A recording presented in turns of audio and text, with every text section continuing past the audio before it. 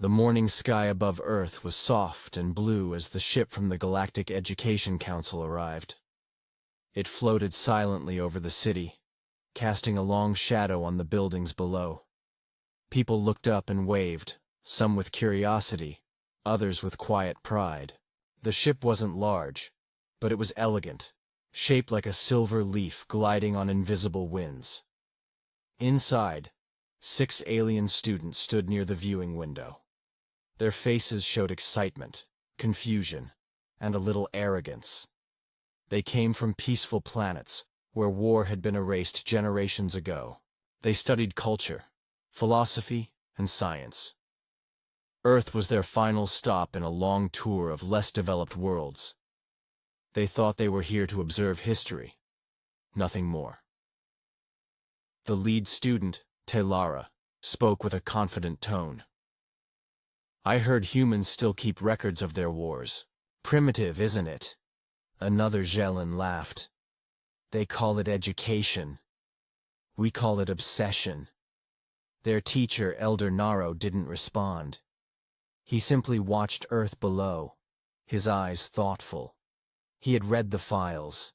He knew what waited beneath the surface. As the ship landed, a group of human officials greeted them with respectful nods. One woman stepped forward.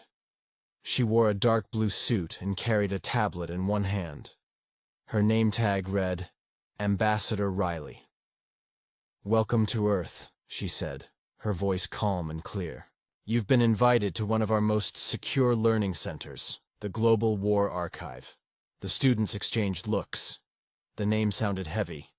Still, they followed without complaint. This was just another cultural exercise, they believed. A sleek, quiet transport took them deep underground. The tunnel was smooth and dimly lit. Lights blinked along the walls. The ride was silent except for the hum of motion. When the vehicle stopped, the doors opened into a vast chamber. It was cold. The air smelled faintly of dust and metal. The room stretched wide, its ceiling disappearing into darkness. Screens and projectors lined the walls, but none were active. In the center stood a platform surrounded by seats. The students hesitated. Ambassador Riley gestured toward the seats. "Please, the experience is tailored to your education level. But be warned, nothing here is edited. You asked for truth. This is truth." Without waiting, she stepped back and pressed a button. The room darkened. A low hum began. The first image appeared. A black and white film clip. A muddy field. Men in old uniforms. Explosions in the distance. Screams echoed in the chamber. The students leaned forward. "This is Earth's first global conflict," a soft voice explained from the speaker. "It began over territory. It ended in trenches, gas, and sorrow." The clip showed soldiers covered in mud, coughing from yellow clouds. Some ran with bayonets. Others fell and didn't rise. The screen flickered, now showing nurses sewing wounds beside broken men. Telara blinked rapidly. "Are these real?" Riley's voice replied quietly. "Every frame." As the footage rolled, the students grew silent. Jokes disappeared. Jellin's fingers trembled. The images were too clear, too raw. This wasn't simulation. It was memory. The next clip showed a city crumbling under fire. Buildings turned to dust. People ran through the streets as planes dropped black shapes from the sky. The caption read, "World War II, civilian targets." Children huddled in shelters. Families clutched one another. Then came the desert. A plane dropped a single bomb. A flash. Silence. Then nothing. "Was that a weapon?" one student asked. "Yes," Riley said. "A nuclear bomb. We used it. Twice." Gasps filled the chamber. None of them spoke. They watched as mushroom clouds rose and fell. Cities vanished. Soldiers advanced through jungles, snow, and sand. In every scene, humans pushed forward, no matter the cost. Elder Naro, seated quietly in the back, finally spoke. They didn't stop, even when they should have. Riley turned toward him. Because they couldn't afford to lose. The room dimmed again. More clips followed. Spies trading secrets behind closed doors, leaders giving powerful speeches, walls falling, people crying in both joy and grief. The students saw more than just violence. They saw strategy, desperation, loyalty, and sacrifice. One young alien, barely old enough to join the program, whispered, "They fought like nothing else mattered." Riley nodded. That's how we survived. When the lights returned, the students sat still. None of them laughed now. Their eyes were wide, their faces pale, even for alien skin. Jelen looked down at his hands. We thought this was a story. It is, Riley answered. A story written in blood, one we must never forget. The door opened behind them, but no one moved. Elder Naro stood slowly. We've seen enough. Riley didn't argue. You've seen the beginning. There's more. If you choose to stay. The students didn't respond. They filed out slowly, their thoughts heavy. As they left the room, one student looked back. The screen flickered again, preparing the next sequence. A quiet voice echoed behind him. This is just Chapter 1. The group walked slowly through the long corridor leading out of the War Archive's main chamber. The students didn't speak. Even the sound of their footsteps felt heavy in the quiet space. What they had witnessed was far beyond their expectations. They had imagined old battles and outdated weapons. Instead, they had seen suffering, fire, and loss that clung to their thoughts like smoke. Ambassador Riley stopped near a metal door. She scanned her ID card, and it slid open with a soft hiss. The room beyond was smaller and darker, with just one glowing screen in the center. A table with 7 chairs circled it. Without a word, the students sat down, eyes still fixed on nothing in particular. This room holds the next chapter, Riley said. Her tone remained gentle but firm. Some call it the Age of Reason. But reason didn't bring peace. The screen lit up. Images appeared one after another. Protests, soldiers with shields, flags burning, fists raised in the air. Countries fighting from a distance. Weapons dropped not by hands, but by orders through wires. These weren't full-scale wars like before, but smaller ones, quiet, hidden, deadly. Cold Wars, said Riley. Fought without front lines. Won with patience, plans, and pressure. The students watched as political maps shifted. Power changed hands without a single gunshot, but always followed by unrest. Assassinations in shadows, secret meetings in dark rooms, and messages passed between enemies pretending to be allies. This is war of the mind, said Elder Naro, his eyes narrowing as he leaned forward. And it is far more dangerous. Riley nodded. Many never saw the battlefield, but the damage still spread. Footage showed starving people in blockaded cities, civil wars sparked by foreign influence, and nations broken from within. The students had read about manipulation in theory, but this was real. They saw how invisible battles left lasting wounds. Talara, once proud and certain, now looked unsure. But why continue? Why not stop after so much destruction? Riley turned to her. Because peace is not given. It is built. And often, it is built on lessons written in pain. As the screen continued, scenes changed again. A man stood on a platform speaking to a crowd. Behind him, a wall separated 2 halves of a city. Soldiers stood watch with guns raised. But then the people pushed forward. They climbed, they cheered. The wall fell, brick by brick. This moment ended a Cold War, Riley said. But it didn't end fear, it just moved it. The students leaned in. One clip showed a group of leaders meeting around a table. They smiled, shook hands, and signed a document. Then came another clip. Missiles being moved silently in the night. Trust, it seemed, was always short-lived. Jilin asked quietly, "Is there ever an end to this cycle?" Riley hesitated before answering. Humans don't stop fighting because they enjoy it. They fight because they remember what it's like to lose. Silence filled the room again. Next, the screen showed something different. Not bombs, not soldiers, but people building, schools, hospitals, cities, children playing in streets where tanks once rolled. The contrast was jarring. Life had returned, even after chaos. Naro studied the images closely. Your people rebuild quickly. We have to, said Riley. There's never time to wait for peace. We have to make it ourselves. The students began to speak more now. They asked about small wars that never reached headlines. They asked why help was sometimes late or why some fights seemed endless. Riley answered honestly.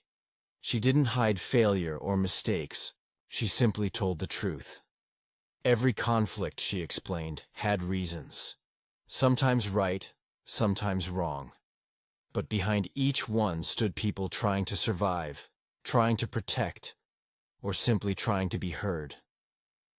The footage shifted again. This time, it showed soldiers in heavy armor walking through dusty towns. Drones flew overhead. Warnings played through loudspeakers. The students saw war change shape once more. Technology had evolved. So had the risks. There are no front lines now, said Riley. Danger can strike from anywhere. The aliens watched as a single machine took down an entire outpost. But then, they saw something else. Humans shielding civilians, medics running through crossfire, engineers fixing broken systems while bombs still fell. It wasn't just destruction anymore. It was protection. It was resistance. It was survival, but with purpose. A young student named Vel looked at the screen and whispered, "I thought we were here to study war, but now I see we're studying people." Riley smiled for the first time. Exactly. As the screen dimmed, Riley stood. Tomorrow we'll begin the classified section. You'll see what happens when Earth is attacked from beyond. The students looked at each other. Nervous, curious, changed. Naro stood beside her. They came here thinking humans were creatures of violence. Now they understand that humans are shaped by it, but not controlled by it. Riley looked at him and replied, "And that is what makes us dangerous." The group stood slowly. No one spoke as they left the room. Outside, the earth still turned, the sky still blue. But for the students, the world felt heavier, deeper, and far more complicated than they had ever imagined. The next morning, the alien students returned to the learning center with quiet steps. Their expressions were thoughtful, their moods somber. No one joked. No one smiled. The early lessons had removed their assumptions and left them with questions they could not easily answer. Ambassador Riley greeted them at the entrance. She did not ask how they had slept. She already knew. "This session will explore wars fought without fire," she said as the door slid open. The students followed her into a narrow hall that led to a chamber unlike the one before. It was smaller and shaped like a hexagon. Soft blue lights glowed along the edges of the walls. A large circular screen hovered above a central table. Riley waited until they were seated. "You have seen humans fight with weapons. Now you will see how they fight without them." With a single swipe across her tablet, the room darkened. A voice began to speak, slow and clear. "This is the Cold War. The screen showed two powerful nations, each watching the other with suspicion. Tanks stood still, missiles waited in silence, and leaders gave long speeches filled with hidden meanings. The war was never declared. Yet both sides prepared, as if it had already begun. Jellin leaned forward. "They didn't fight directly?" Riley answered. "Not always. But the danger was always present." The screen showed maps marked with colored lines. Arrows pointed to distant places. Countries far from the main powers became battlegrounds of influence. Soldiers trained local fighters. Money flowed through secret channels. Ideas became weapons. "You see," Riley said, "in this kind of war, truth and lies are tools. A whisper can change a nation." Talara watched footage of newspapers, radios, and television broadcasts being used to sway public thought. She had never seen words used so sharply. Another clip followed, a hidden camera showing spies exchanging briefcases on a quiet street. The students saw the risk, the tension, the need for perfect timing. One mistake, and everything could fall. Apart, Elder Narrow spoke softly. "This kind of war requires a different kind of courage." Riley nodded. "It does.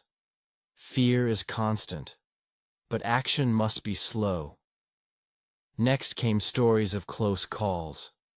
One video showed a radar screen lighting up in red. An officer hesitated, then chose not to strike. The world waited, then sighed in relief. The students realized that not all heroes wear armor. Some sit in quiet rooms and choose not to destroy. Vel, the youngest student, frowned. "But this was still war, wasn't it?" "It was," Riley confirmed. "Even without blood, there were casualties." The images changed.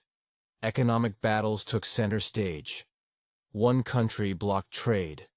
Another responded by freezing funds. A third cut off vital supplies. The damage was invisible but deep.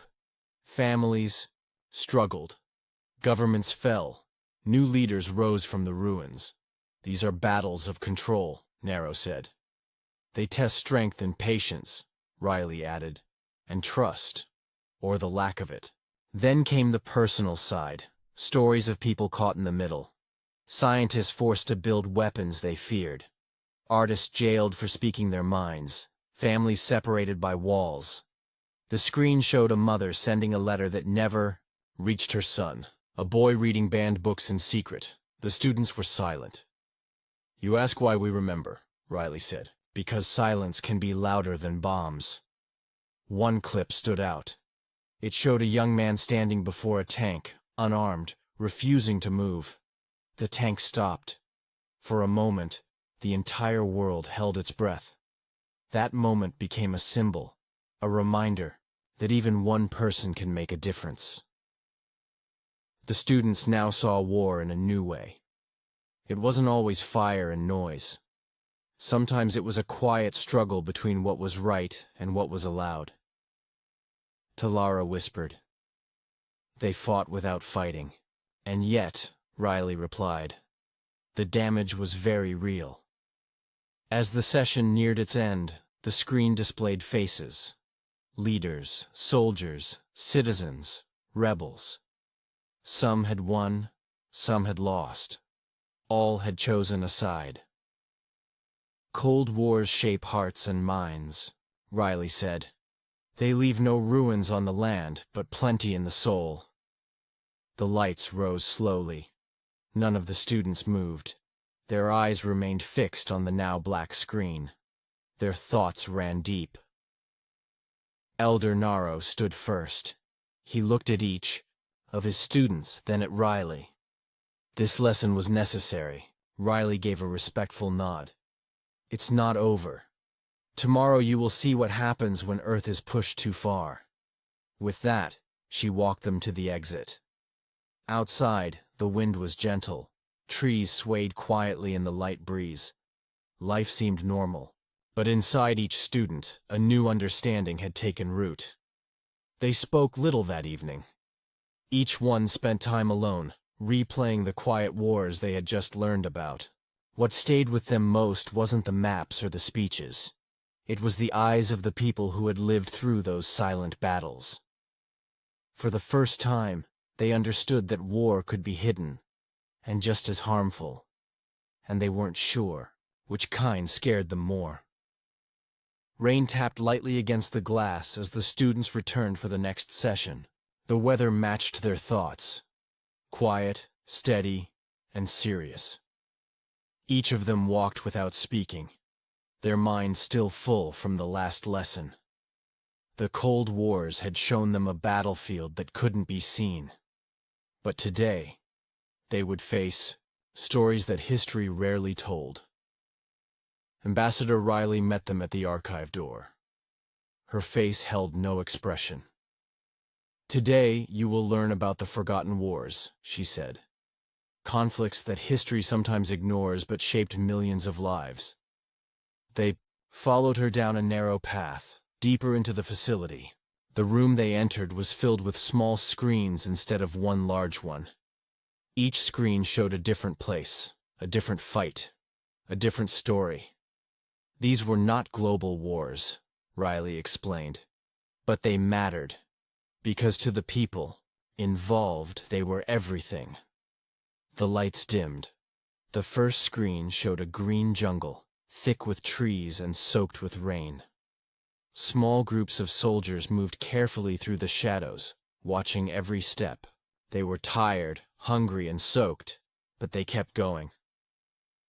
"This was Vietnam," said Riley. "A war fought in dense forests, with no clear front lines. Enemies could be anywhere. Friends could turn at any moment." The students watched as helicopters dropped troops into open fields. Explosions followed. Fires spread quickly. Civilians ran for cover while soldiers tried to protect them, even as bullets flew past. Talara leaned closer. They fought in places where the land itself resisted them. Riley nodded. Yes. The ground was not friendly. Nature became a weapon. The next screen shifted to a wide desert. A group of soldiers rode in dusty trucks under a hot sun. They moved through empty villages, unsure who was friend or foe. The war had changed form. There were no uniforms, no clear signs. Danger came from hidden bombs or sudden attacks. This was the Middle East, Riley explained. A place where wars stretched for years, and each day brought new challenges. Vel, still the youngest, frowned. How did they know who to trust? They didn't always, said Riley. Sometimes trust was the first thing lost. More screens lit up. One showed snowy mountains where soldiers climbed with heavy gear. Another revealed narrow city streets where fighters hid behind broken walls. Every place brought different struggles. But in each, humans kept moving forward, fighting, adapting, and surviving. These were not clean wars, Riley said. They were messy, confusing, but full of courage. Jelen's eyes narrowed as he watched a group of young men carry a wounded friend on a makeshift stretcher.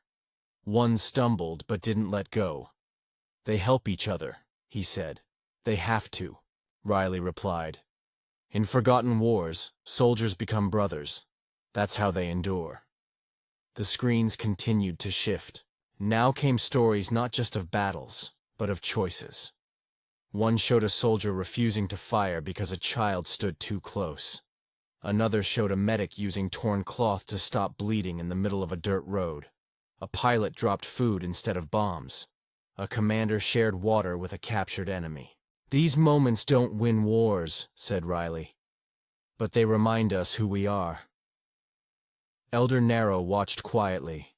He noticed the tired eyes, the shaking hands, the grief that followed every mission. These people, he said, carry more than weapons.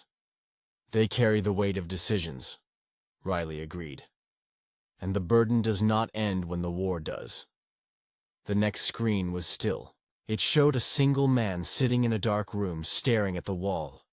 His uniform was clean, but his face held deep lines. Another screen showed a woman walking alone through a park, her eyes searching for something not there. "These are veterans," Riley said. "They returned from war, but the war did not leave them." The students didn't speak.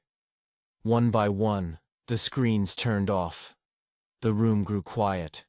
"These wars were not broadcast to the stars," Riley said. "No galactic record honors them. But they shaped Earth, and they shaped us." Vel broke the silence. "Why don't people speak of these wars more?" "Because they're hard to explain," Riley answered. "They don't have clear starts or neat endings, but they teach lessons no classroom can." As the lights rose, the students stood slowly. Their expressions were different now. No longer just curious observers. They looked like people carrying a little more weight. Jelen said softly, "We thought greatness came from grand battles. But it seems real strength comes from enduring the ones no one sees." Riley looked at him with quiet respect. "That's a lesson Earth learned the hard way." Outside the archive, the rain had stopped. The clouds began to break apart, letting sunlight shine through in scattered beams. The students walked together in silence, not out of sadness, but reflection. They had expected to learn about power. Instead, they had found stories of pain, sacrifice, and quiet bravery. And somehow, those stories stayed with them longer than anything else. The students returned to the archive the next morning with changed minds. They no longer walked with pride or excitement. Their eyes no longer searched for flaws in humanity. Now they came to understand. Ambassador Riley was waiting for them in the central hall. Her hands were folded behind her back, her voice calm but firm. "Today's topic is hidden in most books. It is not shared openly with other worlds.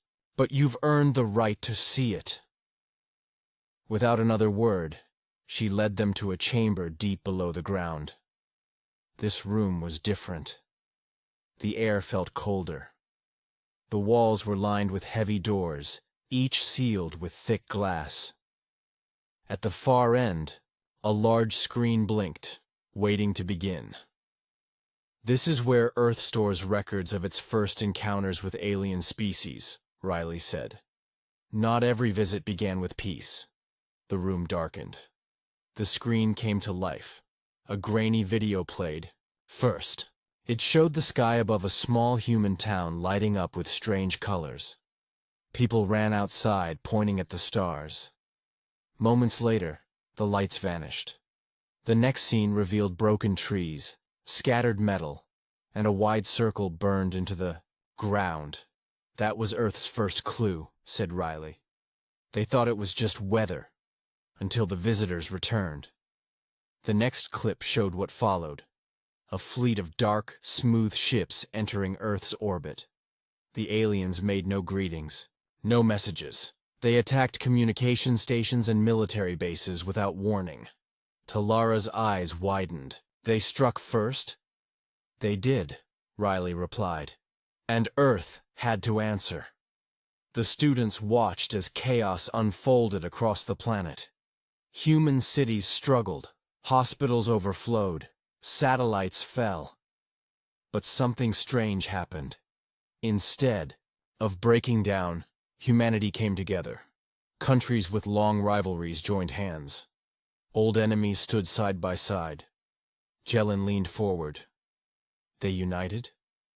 Riley nodded. "Because Earth had no choice. Survival demanded it." The screen shifted to battle footage. Human pilots flew outdated jets into alien fire. Soldiers fought with whatever they had. Sometimes they won. More often, they didn't.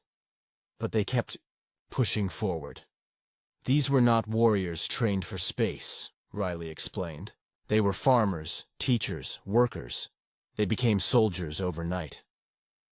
Vel stared at a clip showing a human carrying a wounded comrade through smoke and fire. Why didn't they give up? Because they couldn't imagine defeat, Riley said. That's what made them dangerous. The war didn't stay one-sided for long. Earth adapted quickly. Scientists studied alien tech, reverse-engineered it, and built new machines faster than anyone expected. One video showed human engineers using captured drones to create new defense systems. Another displayed tanks rolling across deserts with alien plasma weapons mounted on top. They learn fast, Elder Naro whispered. And they use every resource, added Riley. Even their enemies' tools. A new scene appeared. A human squad snuck into an alien base at night. They carried nothing but knives and grit. By morning, the base was silent. No one inside had survived. The aliens began to realize Earth would not be conquered. One alien commander, captured in battle, spoke through a translator. His voice was cold. We thought Earth would fall.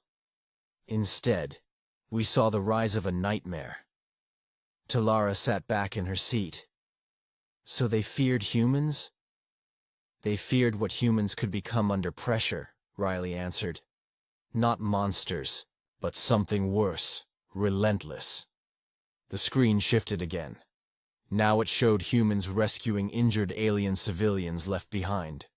Some soldiers gave food to frightened children. One human medic treated an enemy soldier like he was one of their own. This is why the war changed, Riley said. Not because Earth had stronger weapons, but because they showed compassion. The Galactic Council eventually stepped in. Peace was forced, not offered. The aliens withdrew. Earth was left in ruins, but victorious. Jelen turned to Elder Naro. They didn't just survive. They earned respect. They earned fear, Naro replied. And trust, both at the same time. The final scene showed Earth's first seat at the galactic table. No ceremony, just quiet acceptance. A signal sent across the stars. Earth is not to be challenged lightly. As the screen faded to black, the room remained still. Riley looked at the group. Now you understand why Earth keeps its past hidden. Not because we're ashamed, but because we know what we're capable of. Vel asked, would they fight again? Riley gave a simple answer. Only if they must. The lights returned. No. One stood for a while. The students sat in silence, thinking about the war no one had expected, and the victory no one had believed possible. Outside the archive, sunlight broke through the clouds. Birds flew overhead. Earth looked calm. But deep beneath that peaceful sky, the students had seen something they would never forget. A world that had been tested, yet refused to break. A planet that fought with fire, but also with heart. The next session began with no music, no introductions, and no small talk. The alien students entered the chamber without speaking. Their faces were serious, their steps quiet. The lessons they had already seen weighed heavily on their thoughts. Yet they came, ready to see more. Ambassador Riley waited at the front of the room, her eyes calm, her posture straight. She studied each of them carefully before saying, "You have witnessed Earth's struggles. Today, you will learn why some fear us, why many never speak our name in meetings." She tapped her device. The lights dimmed. The screen above flickered to life. The image was of deep space. Stars blinked in the distance. Then a large ship entered view. It wasn't human. Its smooth, curved body and glowing blue lines marked it as alien in design. Seconds later, smaller human ships appeared on the edge of the screen. They were rougher, boxier, built for function over beauty. This was the Crixan encounter, Riley explained. The Crixan Empire believed Earth was weak and disorganized. They tried to invade without warning. The video zoomed in. The Crixan fleet fired first. Their weapons lit the black sky. But then the human ships responded. Their missiles weren't elegant. They didn't glide or flash. They roared. The Crixan commander's voice echoed from a recording. They returned fire faster than expected. We thought their systems would fail. We were wrong. The students watched as the human fleet used gravity fields, asteroid cover, and unexpected tactics. They hid behind planets. They launched decoys. They lured the enemy in, only to strike from the side. What seemed like random attacks were actually careful traps. Jilin leaned closer. They fight with chaos. No, Riley said. They fight with understanding, of terrain, of enemies, of timing. Talara asked, "Did they win that battle?" "They did," Riley answered. "But they lost many lives, and they made the galaxy pay attention." The scene shifted. A Galactic Council meeting appeared. The room was filled with representatives from dozens of planets. One by one, ambassadors spoke. Some wanted to limit Earth's access to technology. Others wanted to keep humans out of space entirely. Then came a voice, clear, steady, human. "We did not ask for war, but we will not avoid it if forced. We defend ourselves. We do not surrender." That single line became famous across star systems. Some called it pride. Others called it a warning. Vel whispered, "They speak simply, but the meaning is strong." The footage moved on. Another battle. This one smaller, but different. Human colony on a distant moon was under attack by pirates. No large army defended them, just workers, miners, and engineers. Yet when the pirates landed, they found barricades, traps, and civilians ready to fight. Riley explained, "Humans don't wait to be rescued. They become their own army when needed." The video showed the pirates fleeing. One of them later admitted, "They weren't soldiers, but I saw in their eyes, they were ready to die protecting each other." Elder Naro slowly nodded. "That is not something taught in books." The screen showed more moments. A pilot who guided his burning ship into the enemy's capital ship to stop a bombing run. A scientist who stayed behind to stop a reactor meltdown, knowing he would not survive. A young woman who used her only weapon to shield children, not herself. "These are the reasons Earth is feared," Riley said. "Not just for weapons, but for will." Talara turned to her. "And yet, Earth isn't the strongest." Riley agreed. "No. Many species have better ships or larger fleets. But Earth has something rare, determination beyond reason." The room fell silent again. Then came the final part of the lesson. The screen showed a quiet planet orbiting a red star. Peaceful, empty, untouched. Then a human ship landed. It carried food, medicine, and tools, not weapons. The Council declared Earth too dangerous to challenge, Riley explained. So humans turned their strength toward building, helping. She showed images of human doctors in alien cities, teaching medicine to species they once fought. Human builders constructing shelters for refugees from wars that didn't involve Earth. Human teachers explaining math to children who had never seen stars until they were rescued. Jelen frowned. Why help those who once feared them? Riley smiled gently. Because they remember what it means to suffer, and they don't want others to walk the same path. Elder Nero stood slowly. So Earth became feared, and then respected. Yes, Riley said, because fear may keep enemies away, but respect brings peace. As the lights came back on, the students sat still for a moment longer. No one wanted to break the silence. The lesson had been quiet, but powerful. They had come expecting a story of war and found a story of strength. A strength built not just on fighting, but on surviving, adapting, and rising again and again. Now they understood why Earth's history wasn't shared easily. It wasn't shame or pride. It was because the story was too deep, too raw, too real. And in that truth, the students saw something more. Not just why Earth was feared, but why it mattered. The final day of the program arrived with clear skies and soft light filtering through the glass dome above the archive. The alien students gathered once more, each of them quieter than before. Their journey through Earth's past had left a lasting effect. What began as curiosity had become deep respect, and something close to caution. They sat in the same room where it all started, the wide screen resting silently before them. Ambassador Riley stood nearby. Her voice was calm, but the room carried a sense of finality.